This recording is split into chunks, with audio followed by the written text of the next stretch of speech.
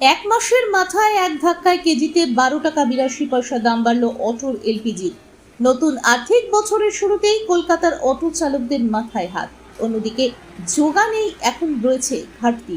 যাত্রী পরিষেবা বজায় রাখতে উত্তর থেকে দক্ষিণের চালকরা প্রবল দুশ্চিন্তায়।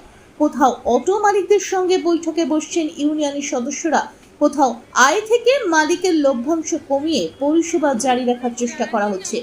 অটোর লাইনে শয়ে শয়ে গাড়ি দাঁড়িয়ে আছে। এটি বেলঘরিয়ার সিন্ধু স্টোর্স থেকে বড়নগর মেট্রো স্টেশন পর্যন্ত অটোর লাইন, যেখানে একটি মাত্র গ্যাস কাউন্টার।